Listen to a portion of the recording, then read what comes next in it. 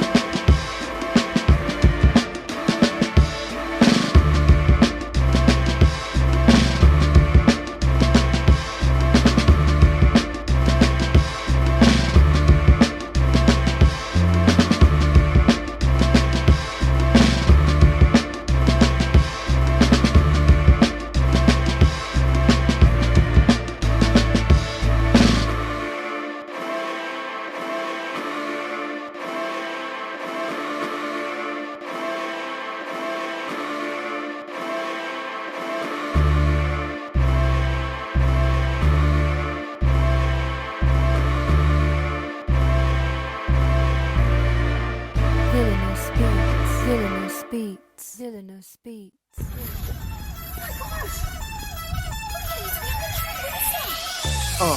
In the sky, it's a bird, it's a plane. Flying high, I emerge through the flames. Have no fear, I'm here, so stand back. Melanin activate, the name is super black. In the sky, it's a bird, it's a plane. Flying high, I emerge through the flames. Have no fear, I'm here, so stand back. Melanin activate, the name is super black. Imagine that, a future that's super black. Long as your skin brown, your superpowers intact. What would your powers be? Just hope it ain't super whack. Spatial manipulation, create a portal that's black. Maybe just super speed, time travel to run it back. Or cheat manipulation to keep my spirit intact. As I encounter evils the world face, demons the world makes, I needed the world to stay.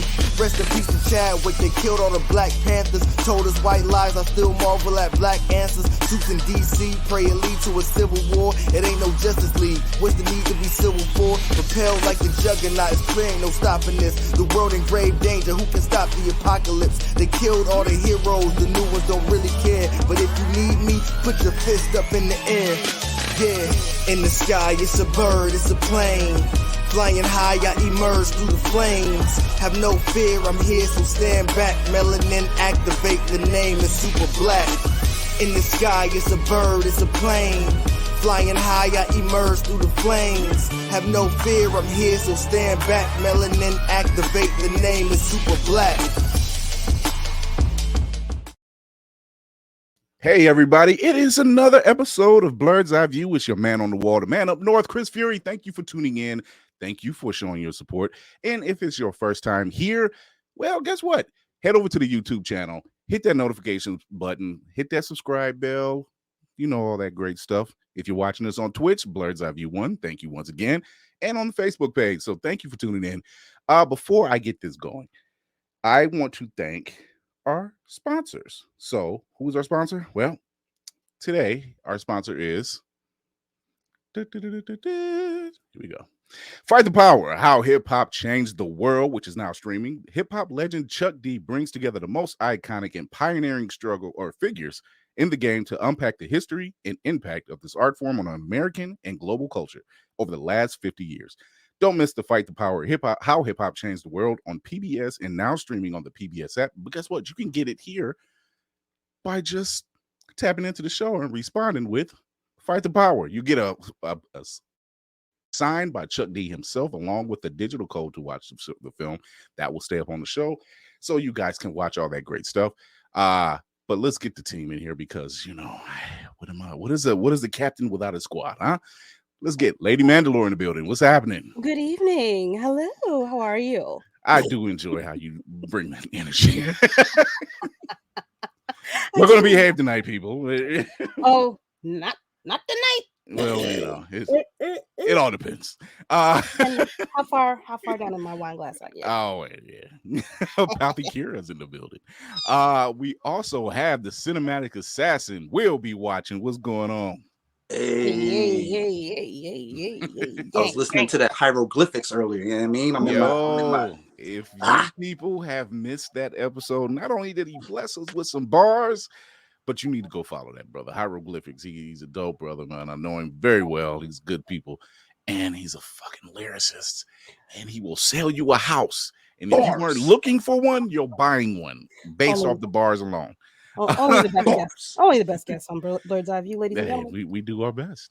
Top two. We got the Black Fox of the Square Circle will be W2.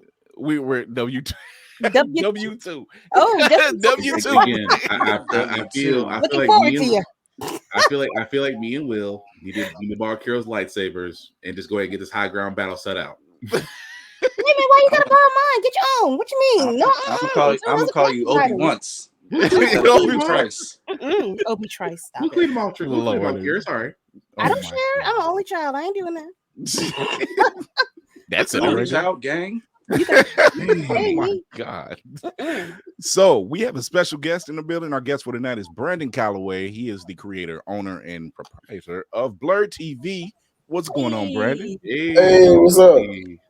We're going to be talking about his platform and what it means to be a Blerd and all the Blerd content that's going to be coming to his station and current network that's on YouTube. So, but before we get into that, man, how was everybody's couple of days? I should say. It's been lovely. It's been lovely. I have not gone to my job. I have slept in. Oh, well, that'll do it. It's been lovely. And not to see them goddamn people at my office. I can't tell you. Yes, what up, Joe? Yes, Jesus be a day off. Three days off. Three. I got one more to go. Off. That's a dream. And then won't he do it?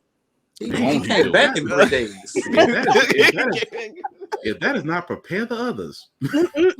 Right. I've been in my Wakanda Forever mode since it's on Disney Plus now. Yes, I already have the Blu-ray, but you know that's for the special features. Yeah. Mm-hmm. I'm just thinking because it was someone they put a post up on TikTok. I shared it on IG, and I think it's one of the Disney cruise, like the Marvel cruises that they have. Mm-hmm. And they have their actors dressed as the characters, and these particular two characters was dressed as Shuri and T'Challa, and there was this whole. And T'Challa came from the multiverse. He was a multiverse T'Challa, so he was just like, Shuri said, "I missed you. He's like, "I've always been right here," and they did the salute, and I'm like, right in the fields. Get the damn onions out the room, please. That's emotions. like That's what we're really wanting to see is the team up of the siblings. Yeah. That's what we really want to see, you know. So I was just like, if I gotta deal with this pain, all of you do. Hey, It was what it is. Other than that, man, it's just been a thing. Netflix is talking about their password sharing crackdown. Good luck. Like how hello, could you hello, possibly VPN. enforce that? And on top of aside from the VPN, how are you going to tell me I can't, if I'm going to somebody else's place and I want to use my password, that I can't use my password there? Okay. Well, here's the thing. Here's the catch. They say every 31 days you would have to sign back in onto your regular Wi-Fi signal. Oh, okay. Okay. I'm gonna be home. They're trying to do IP tracing. That's not going to end very well. No, That's not going to end well. It's not.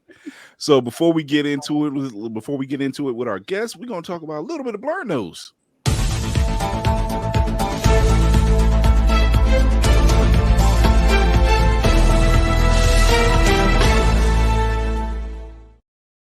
So for those who don't know, James Gunn dropped Napalm the other day.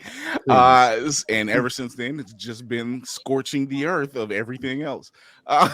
So it's just been announced that James Mangold, who we best known for Logan, will be helming the Swamp Thing movie. Behind this. I loved Logan. It's a great send-off and a great Western, and the movie's just good. It's just well written without having too much filler or attachment. I don't know. What do you guys think? I welcome it. I think he's a great director. I need writing.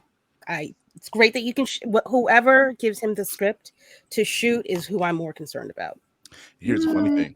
When James Gunn dropped his bomb, his Hiroshima, when he dropped his Hiroshima, he literally said in that speech, storytelling is king. Yeah.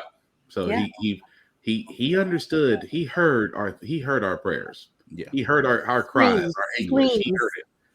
He heard it. He heard our complaints. So no, Mangold is a great director. Like I said, I agree with you, Chris. Logan was a great telling of old man Logan story. So he can do well with Swamp Thing. I mean, writing wise, I don't see a problem with Swamp Thing. There are plenty of story. There is plenty of arcs. There's so many ways you can go with it. It's kind of hard to mess that up. Yeah. I want to know the writing. I mean, not the writing. I want to know the rating. Oh, because are we getting a hard R horror movie? Yes, as part of this first phase of we DC. should. We should. What do you think, Brandon? Tell Swamp Thing like it is. It has to be a hard R. Right. What do you think, Brandon? I mean, I agree. I definitely think Logan was one of the top tier X-Men movies. I'm kind of holding my breath for the whole thing. I know why. I know where the I know where they announced. Like it has the potential to be amazing. You know, if done right. And I don't know. I want to believe that this time DC is gonna be consistent.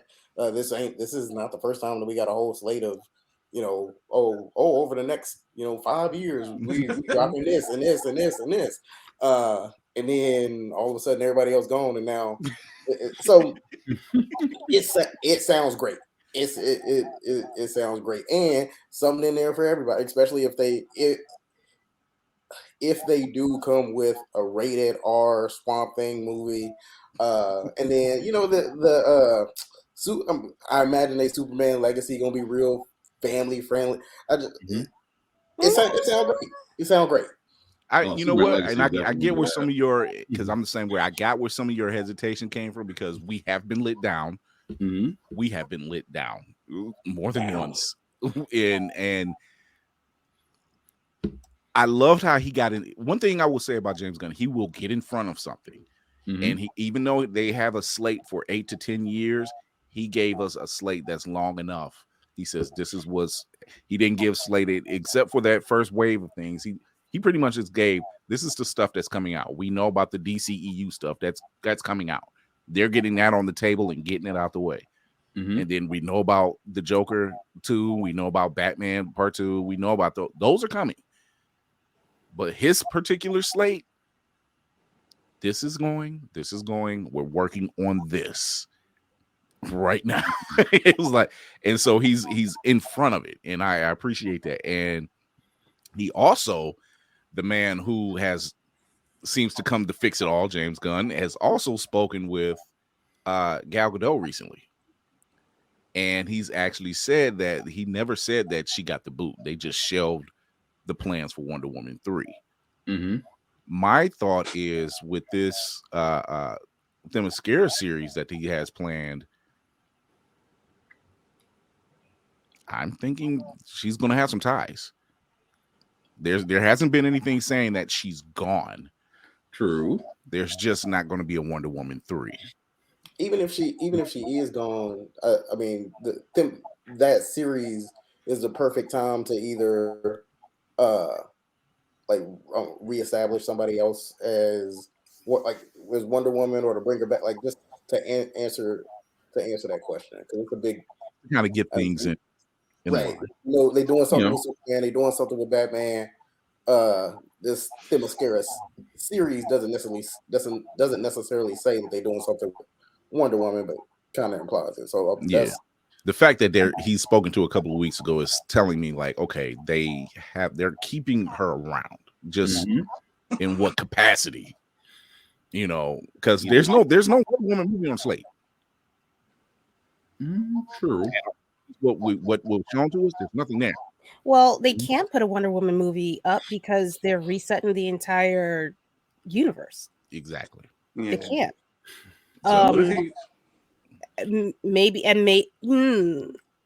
What they could do is have the reset done, put in the Island of Themyscira thing, and then have somebody come in and change the course of history there. Yeah. Or they could just run with the Trial of the Amazon story. I'm not gonna lie, don't know it. The Trial of the Amazon story, I think, would work because, number one, it does bring Wonder Woman eventually into the story, but it focuses on the 3 different tribes, and it actually focuses on the actual contest. But there is a slight problem because you have to explain Doom. You can't really explain Doom until you actually get to that part. So that's the only caveat of that. Yeah, that's true. Or James Gunn was just being nosy and wanted to know how she comes back in Fast and Furious. Shut up. Go ahead. Get off the internet. Get off the internet right now. Just stop. We never saw a body. My God. I refuse. We never saw a body. So speaking of resets. Boo. Yeah. So here's the thing. Here's the thing about the Flash film. Prior to all the garbage we were hearing that Ezra Miller was involved in, it was already kind of on the table that this would be some kind of flashpoint, some kind of reset. That writing was on the wall for that already. That never changed. I think what that was changed is how they were going to go forward with said reset. I don't doubt that the film is good enough to do a reset, because what they were putting in, let's face it, we were all here for Michael Keaton's Batman anyway. Of course. That was the draw. It was just like, yo, that's Michael Keaton's Batmobile. That's I'm here for that. I wanted to relive my childhood a little bit. Yeah, so I'm like, let's give me the 89 Batmobile. I'm good with that. Yeah, let's walk down that aisle. I'm for that, you know.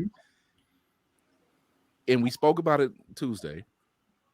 This seems to be the necessary evil, not because of money, even though that would be one of the reasons for the studio, but in order to just kind of wipe the slate clean. It was like this was the movie that was going to wipe the slate clean.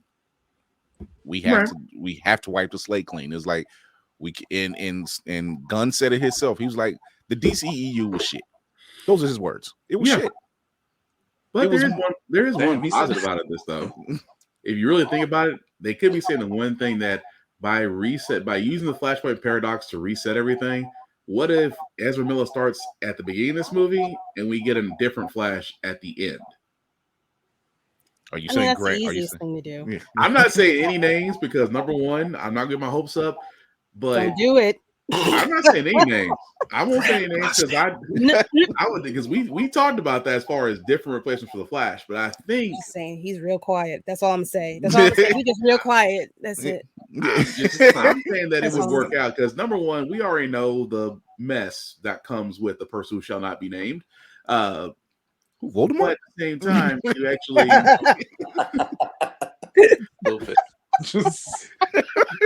he might as well. You set it up. I knocked it down. It was there. It was. Hey, sometimes you gotta volleyball it, but no. I think that would actually work though, because I thought about that. I said, what if it was a different Flash at the end of it, to where it's like, okay, we have officially wiped out the Snyderverse.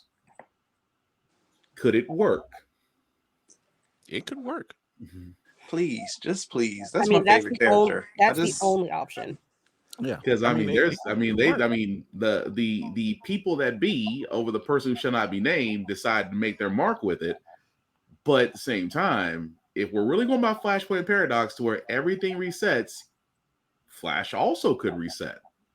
Yeah, problem is solved. It would also be a shame to move forward just without the Flash because of like this person's. He's part of that. He's part of their status quo right. for it. Just maybe not that person. Yeah, that person is not a part of the. He was like, oh yeah, the Flash is part of the thing going forward, just not that person. Individual. We're not moving forward with that one. That's my favorite character. So like this has been a especially tortured time for me. Like I pretty much thought the movie was going to be garbage, and then like Keaton got involved. I was like, all right, I'm hype again. And then Ezra started like just beating people up in Hawaii for no reason. I'm like, oh my god, they're never going to release this thing. And now fast forward all the way to yesterday, and Gunn is just like the movie's amazing. I was like, I really don't know how to feel about that. You know what? But because knowing what's attached to it, that's what it is. It's like knowing. But Gunn is known for throwing curveballs, though. He'll sit there and put something out there. And let's be honest, if we go back, we didn't expect to see what happened at the end of Guardians of the Galaxy Volume 2. We expected something bad to happen. We didn't expect Yondu. No one expected Yondu to die. We didn't expect the holiday special tease, and look what we got. So imagine, yeah. So to other Will's point, this is gonna be weird. To other Will's point, other Wills. I'm gonna just change my name to something else. But the other Will's point, though, Theodore. No, it's just saying that Gunn can sit there and say that the movie is great, but he's like, it's almost like wait till the end, you'll be happy. He's not. He's saying it's like to me. That's what it's. That's what it does sound like. That it does sound like that. Water. Just hold your water. He has not disappointed. He has literally not disappointed anybody yet. Yeah. And even with his even with his bad movies, they're still like cult. There's a cult following behind Slither. Like they're still good movies. Hello, hi. Yeah. Nobody will admit. Nobody wants to talk about it, but everybody knows about it. So I love that. I thought Slither was good. I love the film because I love Nathan Fillion, and I'm like, it's a great film. It was awesome. Hey, listen, I just want them to get to the end of the film. Ezra gets absorbed by the Speed Force or something, and then we think he's dead. And then as we're panning over some cityscape. And we just hear out of off screen, my name is Barry Allen, and it's Grant's voice. You know what? Said it. I'm going to stand up and hit a backflip in the theater. I'm going to train now so that when the day comes, I am not a liar. You know what? You might want to mark knees. With my bionic knees. Yes. Well, you might as well mark this down as a day in history. So when we watch the Flash movie, and if that happens at the end, you better have an IG video saying, "I told you." I need to know something because I told you. Because season 9 drops this month of the Flash. It's not even a full season. When does the movie Flash drop? March, I think. No, don't quote me on that. I think it got pushed back because they didn't want to go ahead with Disney. It got pushed back. Which one, the movie or the season? The movie. The movie got pushed back because they didn't want to go head to head with Disney. And because season 9, if Grant disappears, I'm putting it on the board. I'm taking all bets. It's June 16th. There you go. That's when it drops. Yeah, because I think Disney was coming out with Elemental, and the people at DC were like, "No, we ain't going head to head with Mouse. Will, we're not going head to head with Mickey." I'm gonna have to ride with Will on this one because the timing works. Mm-hmm. Because they only have 9 episodes, so it's just in time for May sweeps. They'll be done. True. Oh shit. Don't do it. Stop doing the math, man. Don't do the math. You're gonna get your hopes up. Don't get your hopes up. It's a real good move for DC if they did it. That would be. My name is Barry Allen. Fade to black. No. Oh God. You don't even get to see him. All you see is it's so corny now. Don't you get to see the one. You get to see the one boot. I don't care. One boot come in, and all of a sudden you hear, "My name is Barry Allen." Fade to black. No, I'll throw my drink at the whole screen. I do not need to hear that. Why you don't? Like, absolutely not. Like, I don't mind him being in it, but I really don't need that cornball shit. I really do not. Oh, we're gonna get it. No, I mean, he did say people from the live actions in the are game. supposed to be. It's supposed to be continuity. I believe it is a high probability that is a thing that will happen. Please don't say that line. They'll say that line for the simple fact of the voice. That's why they'll say that line. Yeah. They'll say that line for the voice alone. I mean, don't blame somebody, blame CW. They made everybody say it except Black Lightning. Yeah. It was like, I'm thinking of Green Arrow now. I was like, Green Arrow, Flash. I mean, they say Flash, the Legends. Oh, it didn't say Legends names, but let's be honest, that was a weird intro. But that's all CW. The Legends was just weird to be just because. Yeah. The Legends walked so Doom Patrol could run. That's what happened. So y'all don't know how bad y'all got it, man. Oh God, there's so many more better ways that they could be doing this. Those TV shows were good, but they weren't like, it was like beating a dead horse after a while, and then Legends was probably and I'll admit to that. Legends, because after a while, like after your season 5, you kind of it goes downhill. And with the exception of Flash, they're really they stumbled a little bit, but they really faltered because of COVID. So that whole season was Flash kind of went down after season 4. The Flash lost me a little bit. Every single season, it was a new speedster. A new speedster. A new speedster.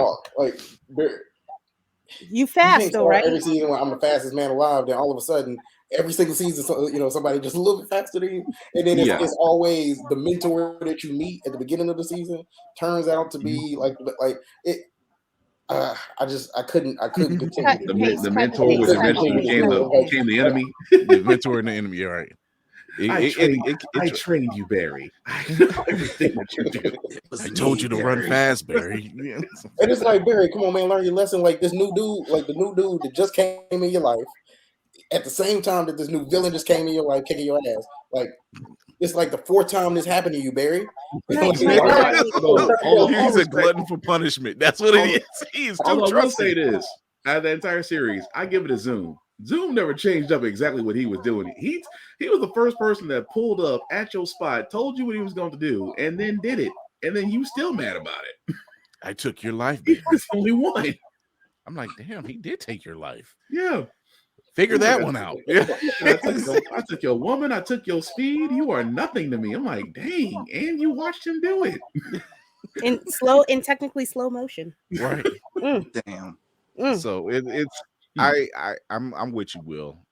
It's going to be interesting to see what happens, if anything. And I think this movie's release will create the buzz of what's going to happen. Mm-hmm. It's beyond seeing Michael Keaton in the bat suit again. Hell, it's beyond seeing Michael Keaton and Ben Affleck face off. No one really cares about the rest. They just want to see I want to see how this ends. Yeah. To see versions of Batman look at each other. Yeah. If him and Thomas Wayne and Batman 89 all looked at each other and was like, this is awkward. Yeah. It's like that Justice League Unlimited episode. It was like the old Bruce and young Bruce just kind of facing off. Interesting. It's like I thought I look older. You are older. Wow. How do you burn yourself? Easy. So there's that. How y'all feel about him bringing in Damian Wayne? I'm Yes, for please. it. Yeah, I'm for it's it. a different Robin. There was an actor, I can't Here remember for this young kid's name. I've seen him and stuff before. But when they showed his picture, I'm like, yeah, because it was another movie I seen this kid in. He has this tough kid kind of edge to him, you know. Was Snarky. it the Netflix movie with Ryan Reynolds? Is that the not kid Adam, not the Adam Project. Not the Adam Project. It's this other. I'm trying. Was he the bully? I think he was the bully. I gotta see the Adam Project again. But I know I've seen that kid. I've seen that kid and stuff. Now, Damian Wayne's story is interesting, and the fact they're going with this as a Brave and the Bold, I can get behind that though. I could. It's gonna be different. Although I was kind of hoping Gunn didn't start with Batman, and Batman is my favorite character of all time. But I'm like, you've ran him into the ground. There are several other DC heroes you can choose from. Look, I love that, but they haven't jumped the shark yet. Until he falls from the watchtower and makes it through the stratosphere with no suit. Yes, that was writers at DC. I'm going to hold. That's prep time and plot armor. I swear to God, I guarantee you, Clark was sitting up there in space, just holding his breath, watching him like, this son of a bitch. But the funny part is, but he's sitting there saying, but he survived. He's Batman. the end all explanation. He's Batman. It's like I keep looking at that issue and I'm just like, how did we get here? You know what? I'm mad that they gave it a Star Trek explanation. They gave the whole scientific explanation of while he's doing. I'm like, you didn't really have to go that far as explaining atmospheric pressure and oxygen and blood oxygen saturation. I'm like, what person will read this and go, no, that can't happen? They pulled a Fonzie. They literally jumped the shark. And as I told you earlier in other news, and I told you earlier, Kira, this was something I knew you would love, but our girl is still working. Misha Green is writing another project. She's actually doing a directorial debut in the project is called Sunflower. It's about two women who struggle to escape from a deranged college professor who holds them hostage on a remote sunflower farm, and she's teaming back up with her underground and Lovecraft Country cohort, Journey Smollett. Yes, Jesus. Black girl winning. That's Black girl winning. Yes, Black girl winning. I love it. I love it. I follow Misha Green's Twitter and her IG, and I'm like, I found that out from her before Deadline shot it. I'm like, yeah, you don't understand. I seen this news already. I was waiting for this. Do you think that she's gonna use elements from that? I don't know if she can use it. Elements from that second season of Lovecraft? Yes, she can. She probably could. As long as look, you can use historical references because historical references are not IP protected. So she can go with that. Now, as far as what she had planned for the second season, like that's different. The mystical and the supernatural and all, yeah, that stuff probably not. But because just give us another heartwarming history lesson about the dark side of America. HBO probably threw it out. Also known as history. Haha. just go ahead and just drop those nuggets in the movie. That's all I ask. It's just like take that, Florida and Texas. Look, I'm still teaching it. Y'all gonna ban TV? You can't ban TV. That's what you keep your kids occupied with. I'm actually looking forward to it. She does fantastic work. I've watched Underground, and me and Kira love Lovecraft Country. It's like the season. Had us walking around proud, like proud. Like y'all ain't y'all want to feel bad this week? Go watch Lovecraft Country. Just one I episode. feel great.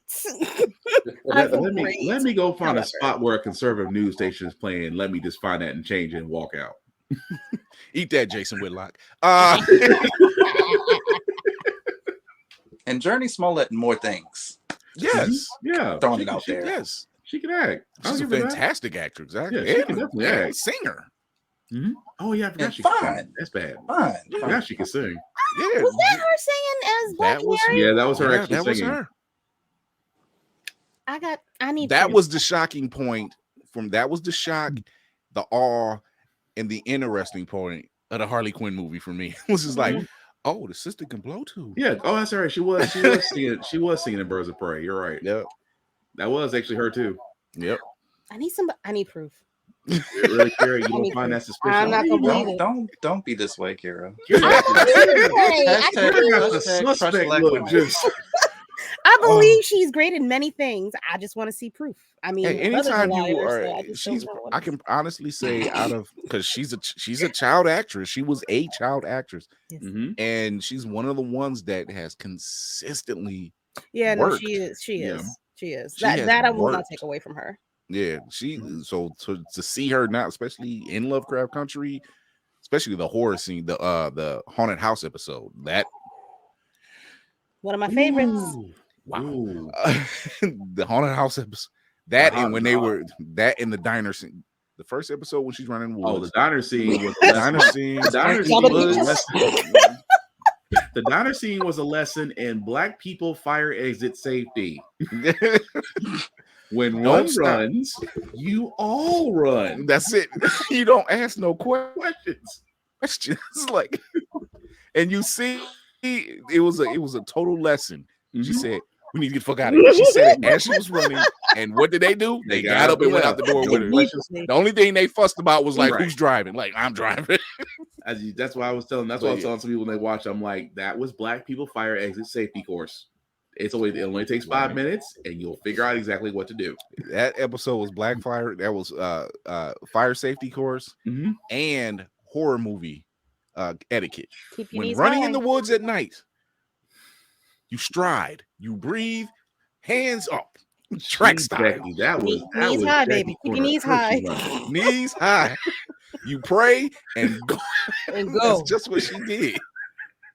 She had that. That was the first time I saw Lovecraft Monster get winded. Was I the only one that sat there? No, I was just like, I'm like, she outran the monster. Oh, Black girls winning. I was like, I hate to be that guy, but go back and watch that scene where they have her run in a split second. You'll see the monster behind her just stop for a second, like he's gasping wind. I said, I think this monster realized was running after I might have to rethink this. I was like, oh my God. I got food at the house. You know, as we know, it's February, it's Black History Month, but here on Blerd's Eye View is Black History every day. So why everybody's talking about Mandela, Martin Luther King, and Malcolm X, let's not forget Black Jesus.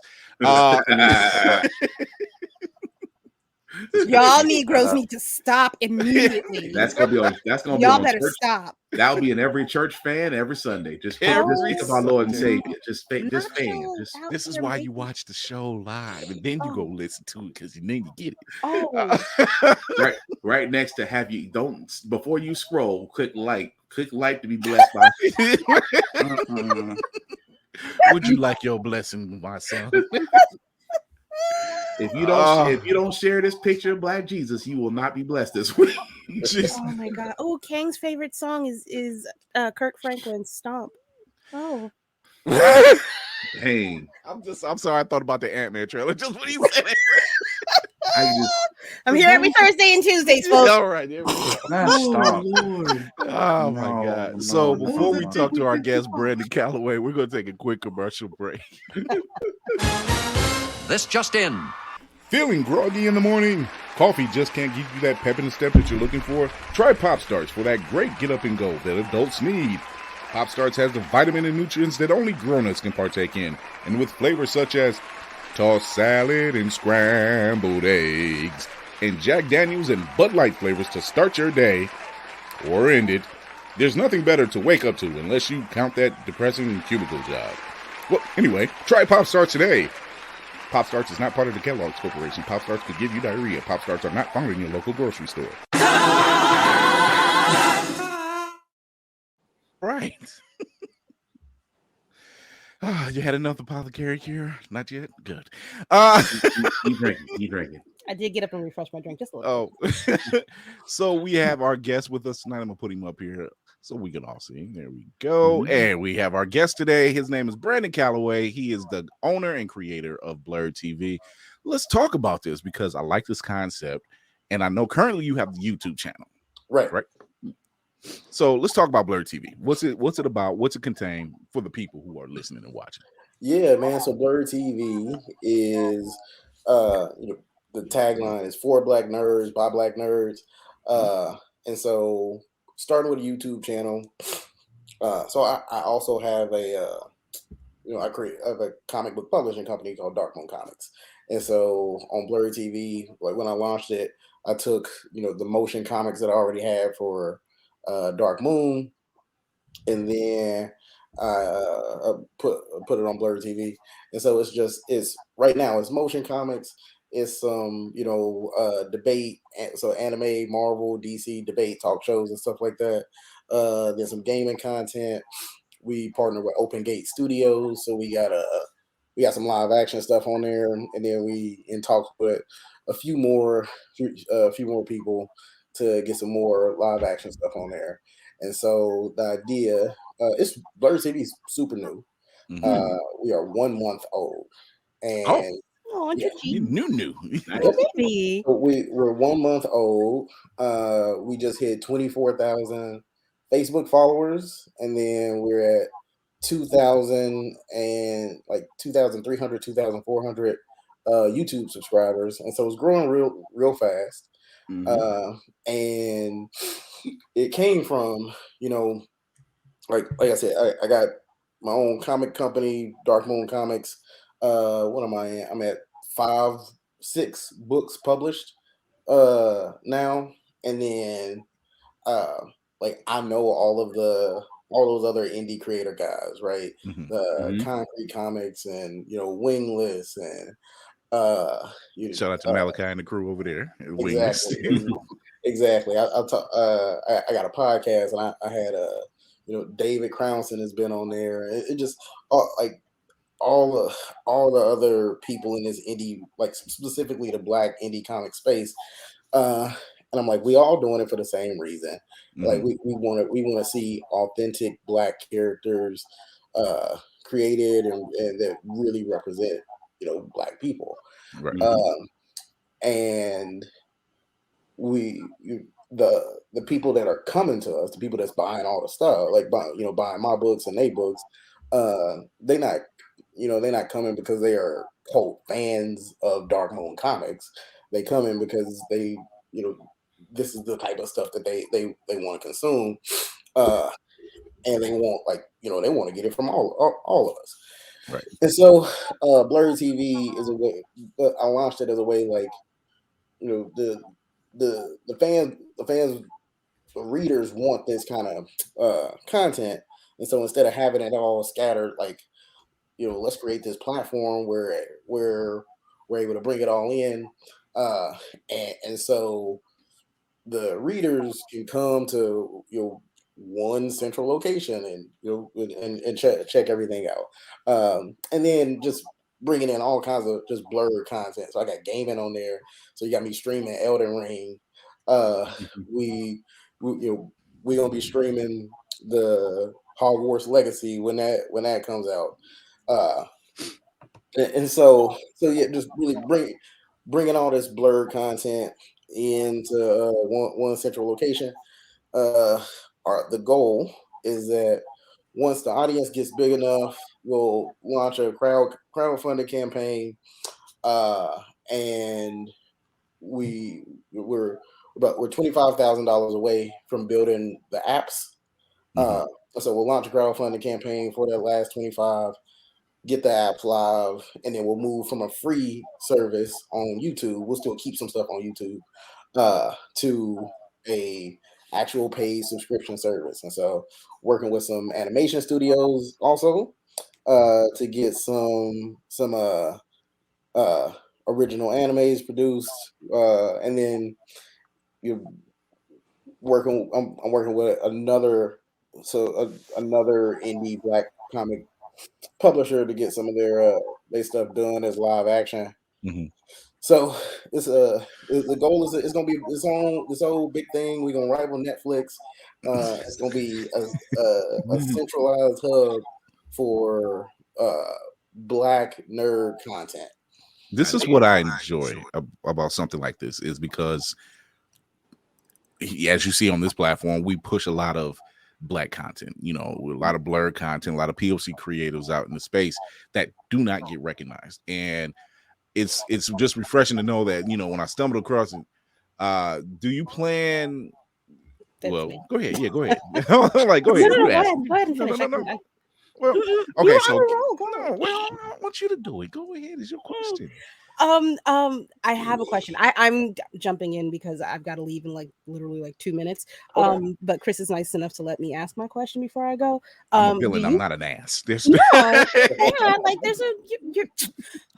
Do you plan on moving your content from I want to say digital, from the digital world or digital hub to actually having a physical building network?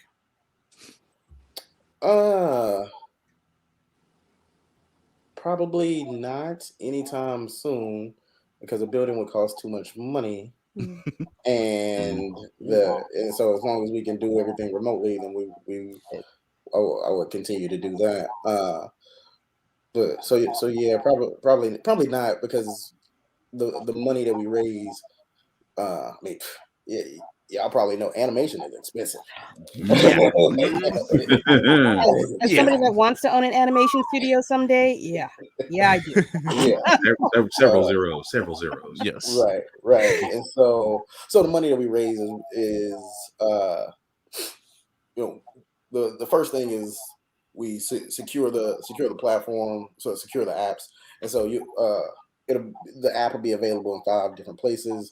So iOS, Android, Roku TV, Apple TV. I forget what the 5th one is.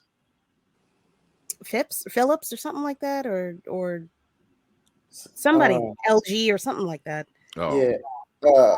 No, Fire. Yeah.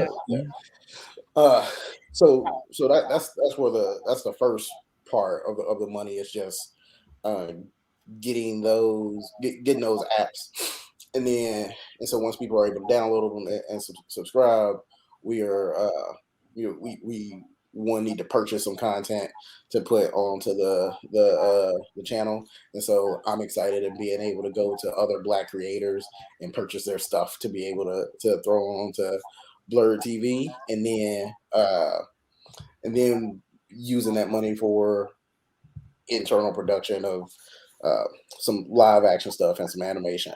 And so not having a building frees up capital to make sure that we can continue to focus on that. Yeah, I'm with it. Baby steps. I'm here to learn, and you have taught me much, sir. Look, you and me both, because that's one of the things I've often looked at is taking the platform, getting the physical space. Problem is, it's money. Yeah. It costs money, and unless I want to live there, I ain't have my wife kick me out. So see, Kira, I'm gonna see you guys later. Have a good night. It's nice to see you, Brandon. I'm gonna watch the rest of the show later. So knowing that you have something like this for this kind of platform, and you already in conjunction working hand in hand with a lot of other POC creatives that's in the field, like indie comics, like you mentioned, Concrete Comics. I know I've heard of Dark Moon. I've heard it. Dark Moon's crossed my lap somewhere. So and it's probably been through IG. So let's talk about Dark Moon Comics. Yeah. So I started Dark Moon back in 2020, and so I started it with my flagship title is Black Spartans, and so it's I'm I'm anime inspired more than I am like Marvel or DC and Okay. stuff. And so there's nothing wrong with that. yeah, we're here for that. Yeah, but what I'm getting at is my number one is One Piece. And so, You're in good company. Yeah. You're in good company. And so Very good company. Black Very good Spartans. company. Very good That's company. what's up. Very good company. That's what's up. So right there, my see there it is. See, you know what it is. There it is. So One Piece there. See there it is. See, yeah, you know what it is. Yeah, it's real. So, it's real out here. Yeah, Black Spartans is it's a word. It's monsters, demons, mythical creatures, and these group of people called hunters. And so Balbino is starting his own hunter guild, and he's going from town to town to town, and they get paid to get rid of whatever mythical creature is bugging that town that day. And so he's on a journey to build the strongest hunter guild of all time. And then the Oni are being wiped out by the hunters, and in this world, like the powers kind of came together at the same time. The Oni came in existence at the same time the humans came in existence. They just happened to win the war. And so the leader of the Oni is he's seen as the villain, but really he's trying to save all of his people from being eradicated. And so they eventually cross paths. That becomes a whole big thing. And on Albino's journey, he meets a bunch of people, gets a bigger hunter guild, and all of that. So it's a large journey centric. Spent a whole lot of time on world building for that.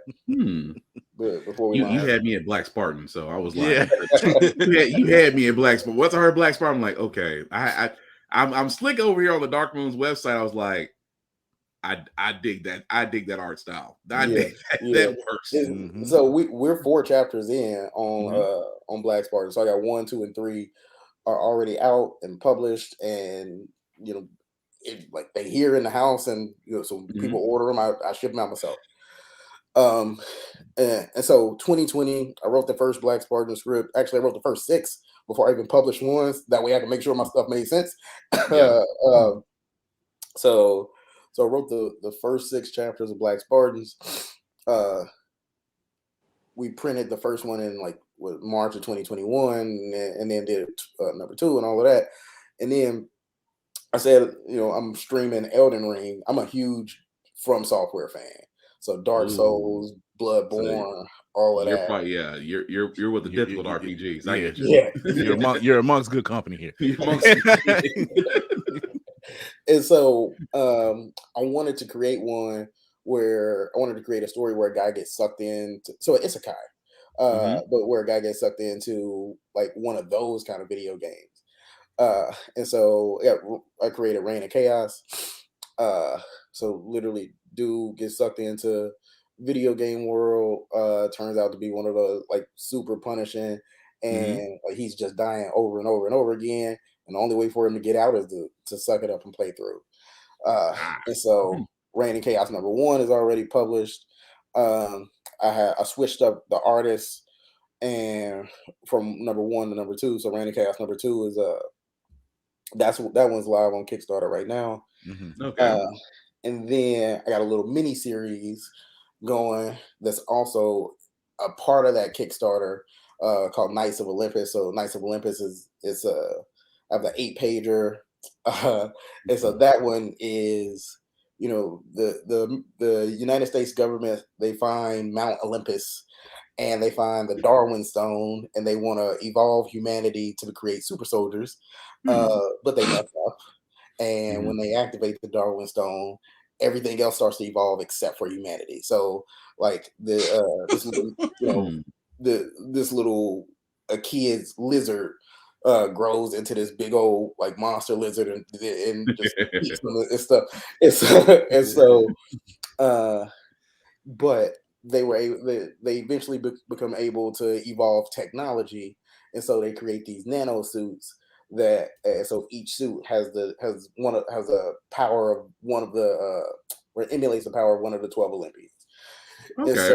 And so we got the Knights of Olympus using these new suits to try to take back the world from their new plant and animal or they're evolved planet animal slavers now.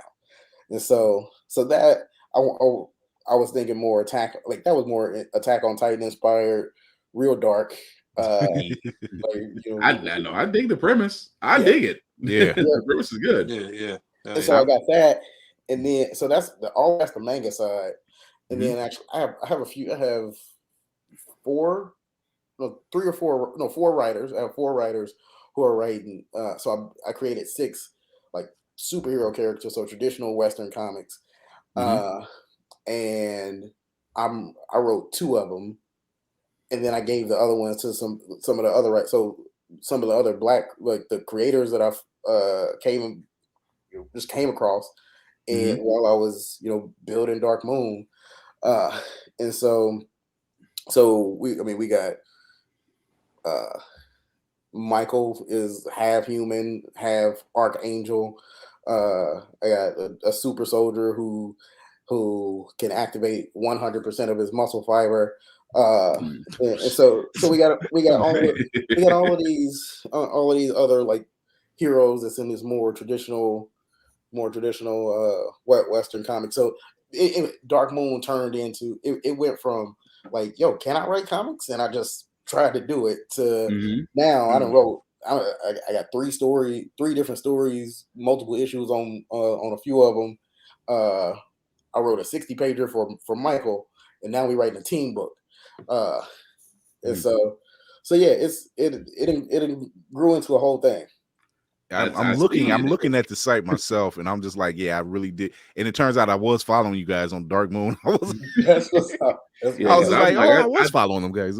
Yeah, because I did see the promo for Michael. I'm like, okay, because I do see the comics and I see the manga, and I'm like, I like the different directions and artwork. Because I said some artwork is kind of early, kind of Shonen Jump, kind of some Studio Ghibli a little bit, but I mean, it's flawless. Don't get me wrong. I started to kind of add stuff to the cart. That's what I was like. I started to add stuff. Go ahead, bro. I got it all over here. You put it in the cart. I'll ship it out tomorrow. See, I'm looking at it, and then I notice you have one where you can get yourself drawn as a character, and I'm like, I already have an avatar. Like this on me, like this is my avatar right there.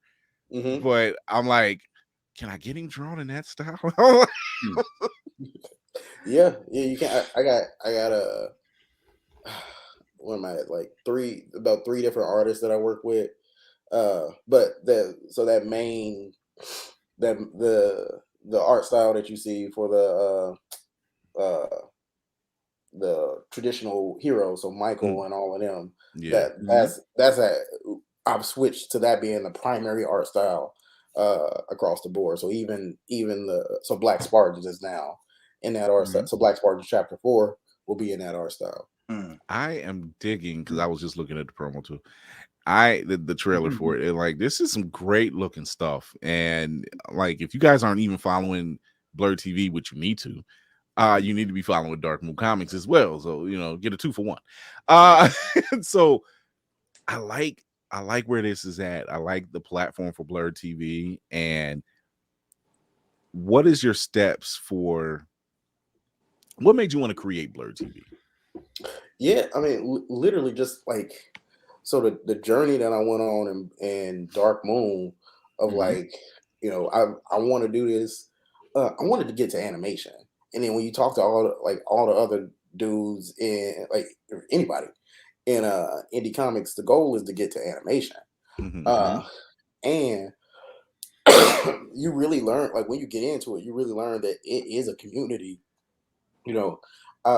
My last Kickstarter, before I launched it, I reached out to so Lonzo at Concrete, Wingless,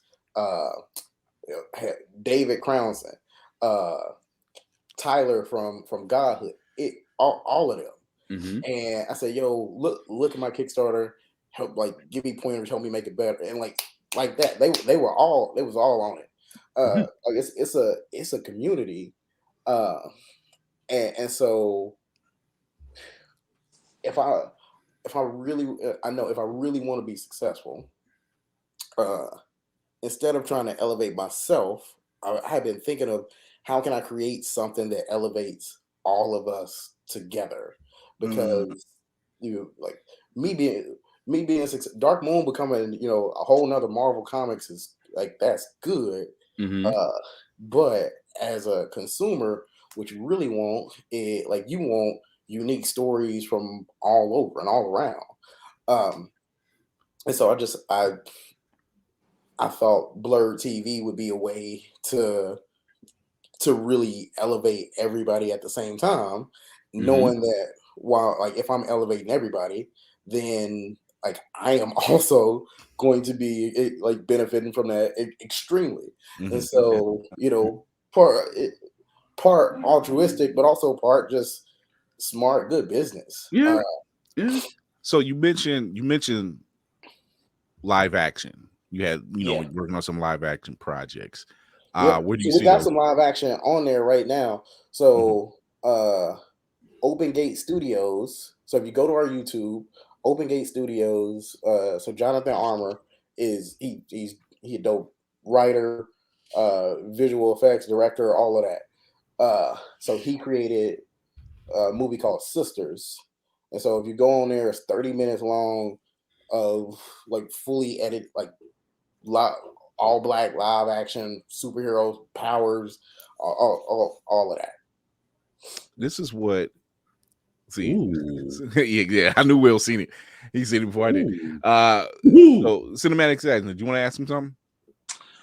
Yeah, brother. When do you sleep? I was going to ask that question, but as a person that gets little sleep, I figured, why ask something you already know the answer to? But yeah, I sleep at night. Wow. I do. I still sleep. So you got the comic publishing, the YouTube, trying to launch an app. Do you play piano or something secretly? Like what's the thing you do to just relax? Man, I watch anime. So for real, I watch anime and I play video games, and so which is why this is that's the perfect thing for me to do. Like I needed to play. It was funny because like me working was I need to go play Elden Ring so I can stream it. Poor tortured souls. Just hey, look, Elden Ring is a lifestyle. You've accepted everything that comes along with that journey. yeah. But a funny thing, my day job. So I created it. I created that too. So I am the CEO of a nonprofit here in Kansas City that gives grants to Black-owned businesses in historically redlined areas. It's a $2 million. So we're a $2 million a year nonprofit. Like I'm our primary fundraiser, and so we have 7 employees now. Which sounds like I can just take off and do whatever I want, but it's a big ship, and I gotta I need to be present. So it's actually the biggest thing that I do, even obviously more so than Blurred TV or Dark Moon Comics. Before you go on, I gotta give you this.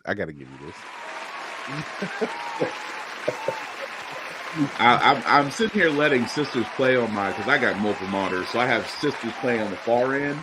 The reason why my mouth is dropping is I'm like, yeah, you are a Dragon Ball fan. I want to show. I didn't make sure. I ain't have nothing to do with Sisters other than like I can't take no credit. It's dope. It's great. I want to show that trailer. I want to show this trailer. Yeah. But so Open Gate Studios, when we launched Blurred TV, Jonathan Armour reached out to me and was like, "Hey, I would love to partner any way we can." Asked him what he had. He showed me Sisters. I was like, "Cool, send me the files. We'll get it on. We'll get it on the channel." And so we're gonna be doing a whole lot more with Open Gate to get some of their live action on the channel. Open Gate is also working with Concrete, and so you're gonna see a partnership between Open Gate, Concrete, and Blurred TV. Let me talk to Open Gate, see if I can get them on on. Yeah, because the special effects are really well done. That's always. I'm gonna show this trailer. Yeah, go ahead. For Sisters, because this thing looks balls to the wall crazy. Like I'm digging it. I am so taking it. Anytime I can see something different in it and it has us, yeah, I'm all for it. So here we go. Here we go. All right, here we go. I never knew my mother, nor did any of my brothers for that matter. You see, we only had stories to go by from what our sensei would tell us from time to time. Buddy, one thing he always made clear is that each one of our mothers were fighters to the very end.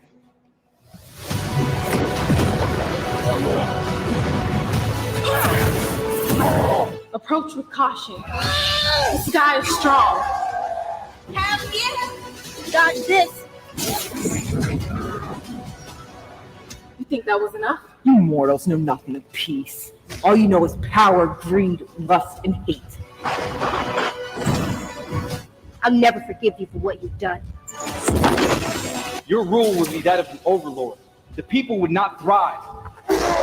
You say that like it's a bad thing. I want you to beg for your life. You two look like you needed some help. But with all of us together, there's no way you can win. This ends today!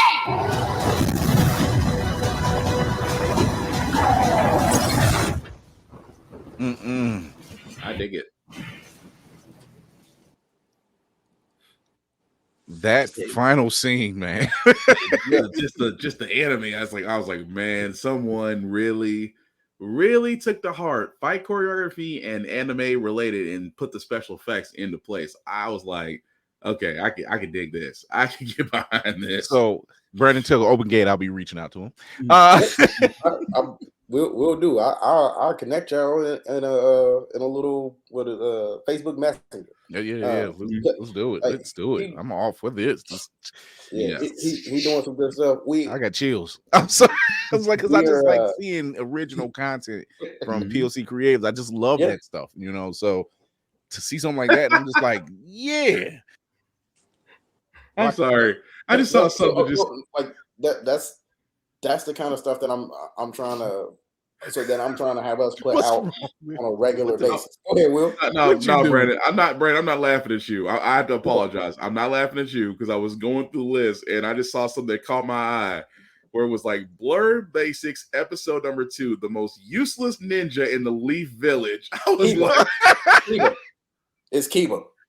Most useless ninja in the Leaf Village. So I'm on there. I'm on that episode arguing. It is Kiba. Kiba is the most useless ninja in the Leaf Village. The title just got me. The title was like, I was like, okay, cool. I was like, most useless ninja in the Leaf Village. I was like, he's gonna say Kiba or he's gonna say I said Kiba was number 2, but I was like, if he said Kiba, he'd be right. Yep. It's Kiba. Oh my god. Man. And it don't get talked like Sakura she gets a lot of flack. It don't get talked about enough. Like if you ask anybody and they sit and they really think about it, everybody say Kiba. Yeah. It just is. He said we trade them on purpose. That's a joke. Oh my god. So this is what I enjoy. I do this because I enjoy seeing original content. Yes, I'm a big Marvel head. Yes, I love DC characters and I love Batman. But when I see stuff from our people, just original Black Sands Entertainment, Concrete Comics, Greg Burnham and all these guys. Now you got Godhood Comics, Dark Moon Comics, Midnight Comics. We just got through talking with them. So it's like it keeps going on. Wingless, because Malachi's been on the show a couple times. So Malachi Bailey, shout out to Malachi. They have original characters with original stories. So that like going back to what caused me to create Blerd TV. So the deeper I got into Dark Moon, I back other people's Kickstarters, and so like there's Legend comic, like it's a ton freestyle comics, like they and when I'm sitting there reading these books and I'm like, oh man, this is dope, and so but at the same time there's this huge like the general public at large, they don't know about all of these little, black creators. Right. And so there's this large like cry for authentic black characters, but we go into Marvel and go into DC and be like, yo, we need them to do, authentic black characters. We need them just to like better represent black characters when we really don't. Like they can continue to do what they do. What the thing that people are asking for already exists. It's just, on a large scale, each one of us is too small to notice. Right. But with Blerd TV, that could change the whole thing. If this is the place, if Blerd TV is big enough and this is the place where everybody is, then nobody is any longer too small to be noticed. But I do like the fact that you are wanting to do the one thing that I love to see a lot of black creators do: variety and networking, because you're only as strong as those around you in the same boat in the same industry are going to be willing to work with you. And that, I think, is going to wind up being the biggest strength among all of you, because like I said, I talk a lot of spit and I do my own, and I'm of course with Chris and Will and Kira on this, but like in your case, what you're doing is literally almost the beginning of your CU, if you will, of Darkmoon and Blerd TV. So, but it's like the fact that you sat there and said that it's like I'm not trying to hold the door. I'm just trying to make an easier path for those to come along and do the same thing I'm doing and tell different stories. I like that mentality, because that's what I think is going to be the big difference as far as collaborations and things of that nature go, is that you have to be willing to work with others. It's not about one entity, if you will, actually making it, but if we all can make it in that sense. But no, I just like the fact that you have that mentality, and just the way you're scaling it. And I'm like, it's and plus Black Spartans, I'm sorry, the name just sticks with me. I was like, I gotta think of a different name, because me and this man to my left and right have the same name. And I'm like, I'm not trying to trademark it, but I was like, I gotta think of something different. Black Spartan. You said if it wasn't on the comic already, I would have used it. If that wasn't already on the comic. No, right. Go ahead, bro. Use it, and then when people ask you where you got it from, so it works. Everybody eats. Yeah, it works. You ain't gonna get no. It's funny you should ask me where I got this name. From me. I can see it. It's funny where I got this name from, and plus you can go to Blerd TV, because they got this nice. They have this nice movie called Sisters. If you like it, if you like, if you just like all the above when it comes to anime, you're gonna like that movie. So you're right. Free plug. Now I can go find Spartan helmet. Yep. What's up, man? We are actually literally so next Friday, we have a small production studio here, where we can shoot some live action too. And so next Friday we're shooting a pilot for my roommate is a demon hunter. So be on the lookout for that. I need that as an anime now. My roommate is a demon hunter. Yeah, okay. Be on the lookout. Be on the lookout for that. So I wrote it. We'll be shooting it. We'll be shooting it next Friday. I actually already talked to Open Gate Studios about the visual effects and special effects. So it's just a dope concept. It's a dope concept. Yep. And you can completely understand what it's about already. You completely understand. Nah, that's cool. I dig that, man. So you're pushing on. Like Will said, you're not holding the door open. You're just creating the path. And I'm one of the camp of Blerds that says there's room at the table for everybody. It doesn't have to be one particular platform where everybody kind of funnels in, because you're just funneling into one platform. That means, once again, you're creating another issue where not everybody gets seen. In the case of Blerd and Powerful, Head Nerds in Charge, Blerdo, Blerdicorn Speaks, Do You Speak Geek, Blerd's Eye View, where we are creating these avenues to say, hey, if you couldn't get over there for whatever reason, you can come over here. It ain't no shade. It's like, because we all correlate somewhere with each other with something, so seeing something like this and understanding, because you spoke it so well, you said it right there, like, I'm not holding the door open, I'm just creating the path. That couldn't be any more truer for what it's built for. It's like, hey, you got a project, you want to join up? Yep. You got to treat like the invitation song at every Baptist church. The song has been sung. The song has been sung. You like to join the church? The water is warm. We don't bring cold water in this church. We actually have heat in this church. We have heated water in the baptism. Walk down the aisle. One of our parishioners will walk you down the aisle. If you're scared, that's okay. You can come after the service and come on. I'm gonna shut up. It'll be like, matter of fact, if you don't want to come, just come after the service where it can just be 2 people. It's fine. Right. It's fine. Come walk down. Cinematic is just like, that's just how it is. Yep. Jesus can see you. Exactly. He knows my heart. Of course. He knows what's going on. Like, don't you, Jesus? Yeah, of course I do.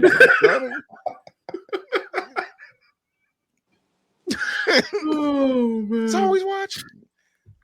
And then again, right. Take it as you will. So you have sisters. You're working with Open Gate Studios. You're creating this new live action. My roommate is a demon hunter, which is I would watch that live. I would watch that as an anime. Watching this one, it just sounds good. You already have some animations going on. You have the comics. What's next? Well, I mean, we also got we got the gaming stuff on there, and so like, obviously, I started streaming Elden Ring. Either me or somebody else will have somebody streaming.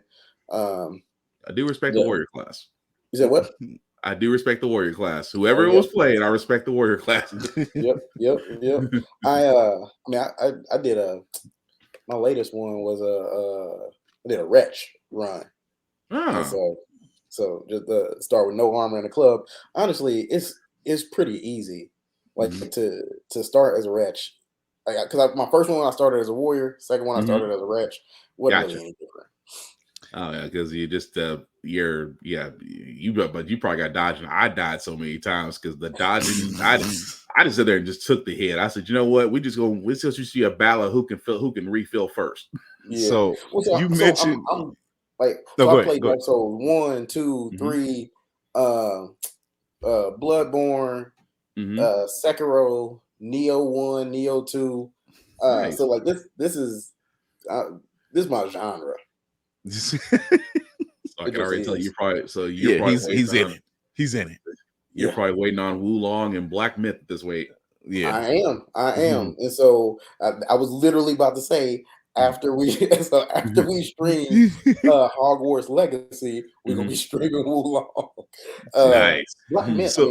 We've been waiting on Black Myth for forever. Yeah. But getting away. We got gaming stuff on there. That was the question.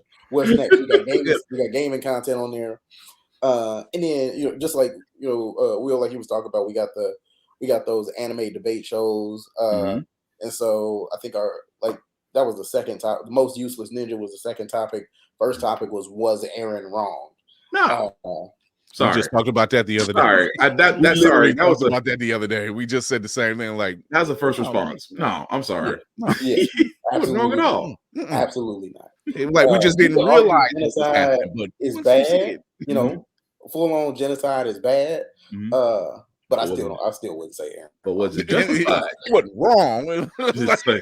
Genocide is bad and Chloe. He just had a solution. The solution was a tad bit extreme, but was he wrong? Sometimes you got to cuss somebody out to get their attention. I'm just saying, Yeah.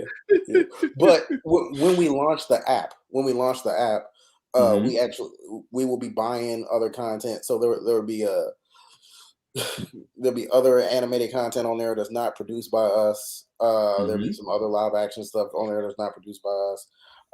We will, be really aware of these indie film festivals, to especially like the Black film festivals, looking for stuff. That way we're it won't all be just anime and live action. We want to have just like other shows by Black creators that it might be dramas on there, and stuff like that. This is what I like. You getting the.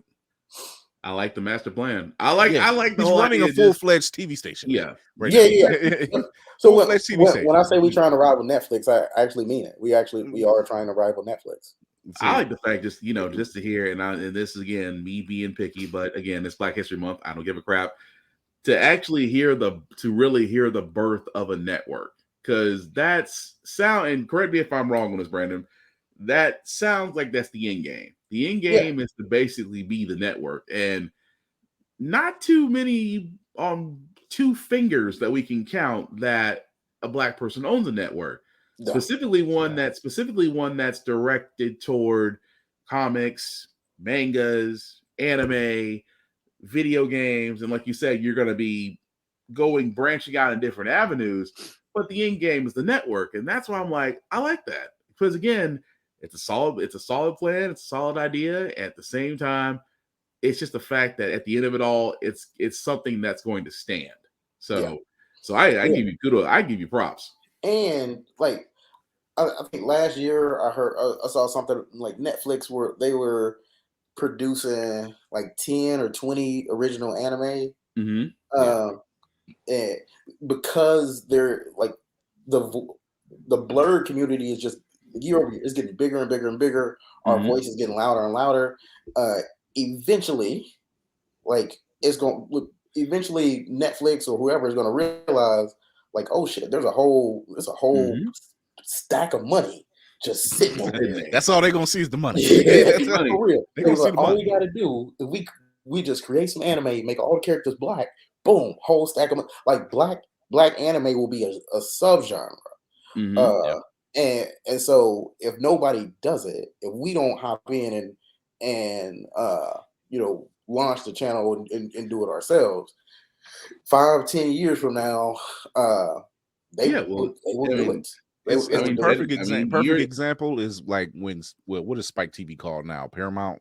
It's called about 5 different names. Yeah, at the time it was Spike TV, and when they premiered Afro Samurai, all they said was Black Samurai voiced by Samuel L. Jackson, and it's anime. You just knocked down 3 tiers already, and they were just like, I'm in. Like if you weren't an anime fan, the fact that it's a cartoon, you're just like, I'll check it out. Like, but it's voiced by Samuel Jackson. I'm like, I'll definitely check it out. But also the soundtrack was he by barely RZA. talks. He barely talks. And then the soundtrack is made by RZA. And it's like, well, you just hitting all the notes right now. So it's just like, let's go. But Brandon does bring up a point though, because if we don't do it, those types of animes will always be done as great as they are, but they won't be owned by us. I mean, look at the Boondocks. The Boondocks is the greatest example of a Black anime that we all know and love, and we have recited probably more than one line from this show.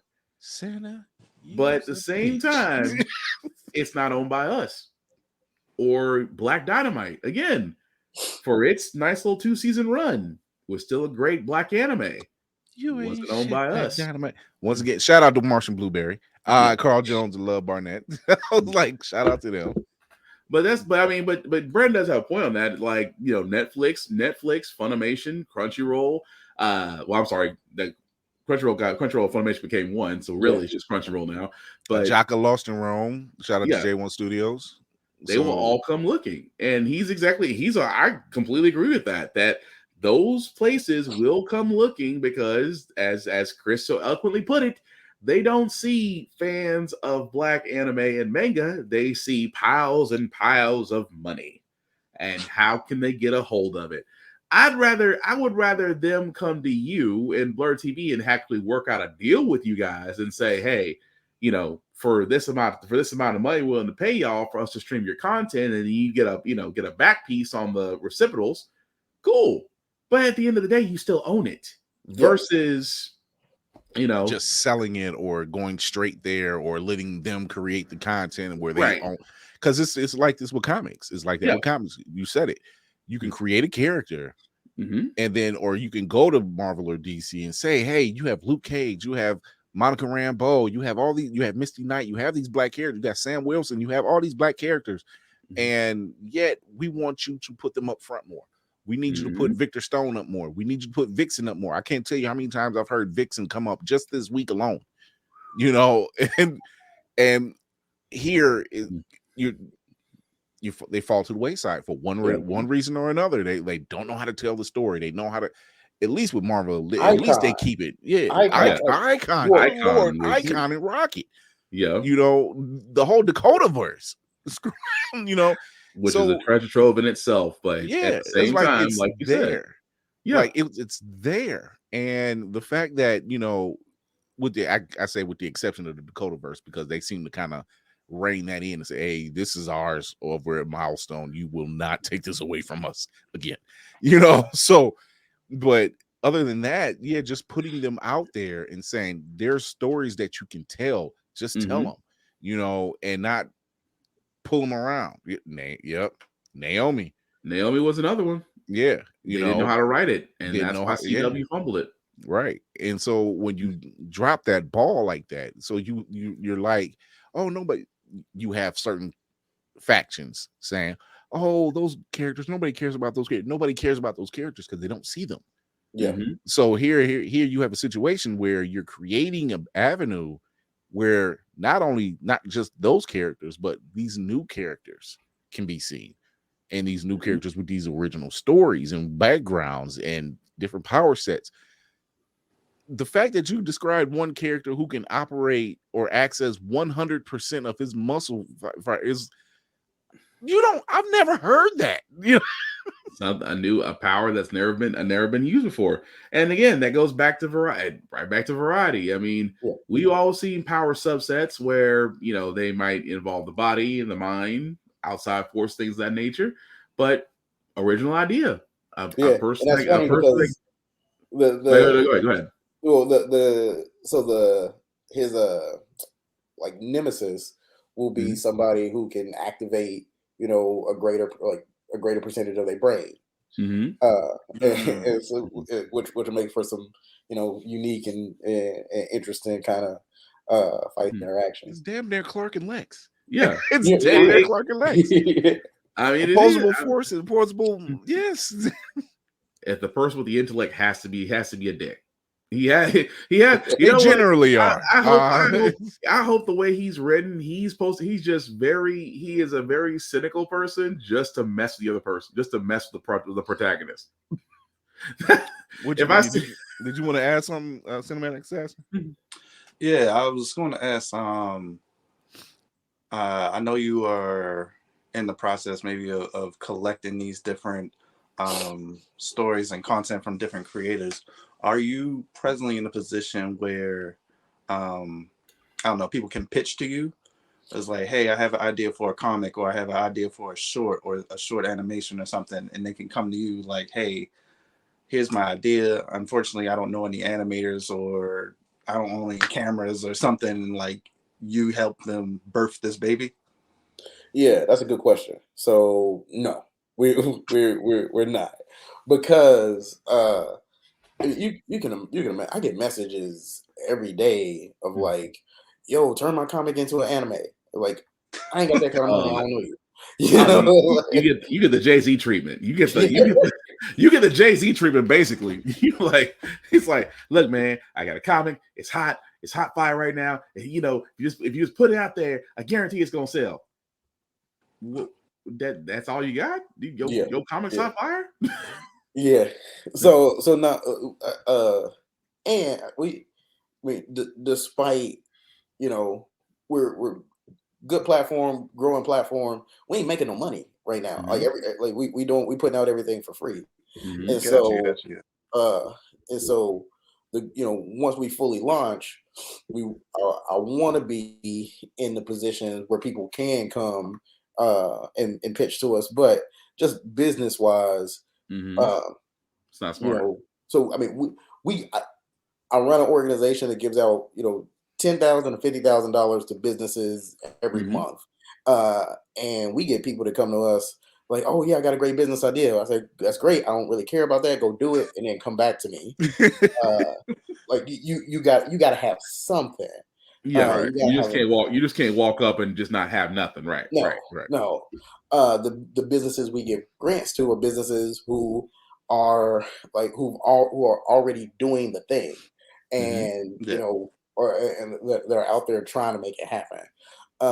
And so we would likely be, so even when we reach that point and we do get money, I'm much more likely to go to wingless and say, yo, I know y'all got stuff out here. Y'all doing, like, you got proof of concept. People buying your stuff. People love your stuff.